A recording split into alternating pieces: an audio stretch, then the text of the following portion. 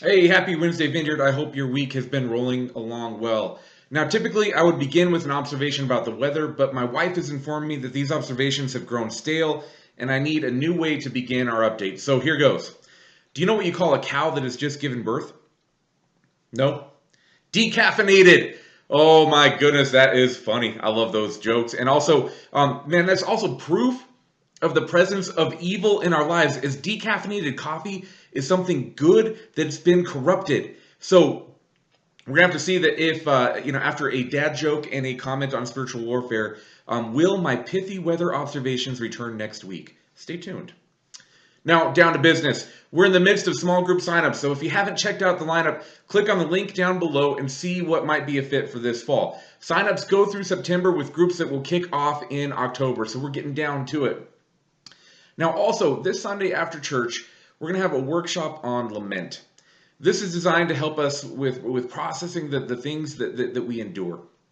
Whether it was a day or a decade ago, many of us are carrying tragedy, injustice, loss, grief, but there's a mechanism that God has given us to heal from all of these things. So, especially if you're angry with God, if you're frustrated with God, if you're confused about how the promises of Scripture can be true, but also we endure the things that we endure, if you're grieving a loss or a trauma, join us right after church as we unpack the healing process of the lament. We're going to have lunch together before we begin, so RSVPs are needed. You can sign up through the link that'll be included in this email. You can also sign up online off of our website. Also, we are off and running in our jaunt through the book of Ephesians, and we turn a corner this coming Sunday as we get into chapter 2. Paul enters into a presentation of the how of God's plan.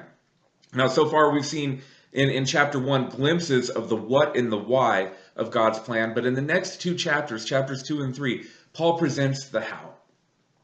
During this presentation, identity remains at the forefront of the letter, as well as the narrative of God's unfailing love as a motivation for his choice of us as his children. But one of the major themes of this letter, we saw presented or at least introduced last week, and it's going to join identity and unfailing love as key components of the letter, key components of the purpose, and that's the reality of the activity of the church. Better said would be the reality and activity of the church. The reality is that church isn't a cultural ambiguity created by Americans to share casseroles and gossip. The church is a major phase to the plan of God. This plan that began with creation and continues through the return of the King includes the age of church. The church is the activity of God in this historical age. In other words, God's plan for interacting with his creation during this time that we're presently in, this historical age, is through his church, acting as the body of the Messiah. This is not a trivial point.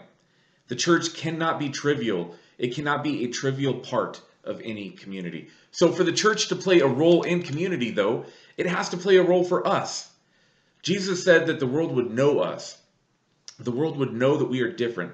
The world would know that we are children and family together, that we're children of the Most High by the way that we treat each other, the way that we serve, but also the way that we are served by each other.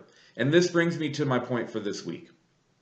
We often talk about how to serve, but we also need to balance that with the conversation of being served. If you call the Vineyard home, if Vineyard is your family, allow your family to serve you. Receive prayer, receive support, step into the reality that all of this is better when we're not trying to do it alone.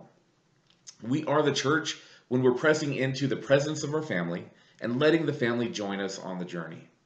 When we meet together, something that Scripture reminds us not to neglect, to meet together, remember that we're not alone. On Sundays or in the time between the Sundays, you're not alone. Allow your family to serve you in any way that you need service. So Vineyard, please pray for me. Know that I'm praying for you, and I will see you on Sunday. By the way, it is cold and chilly.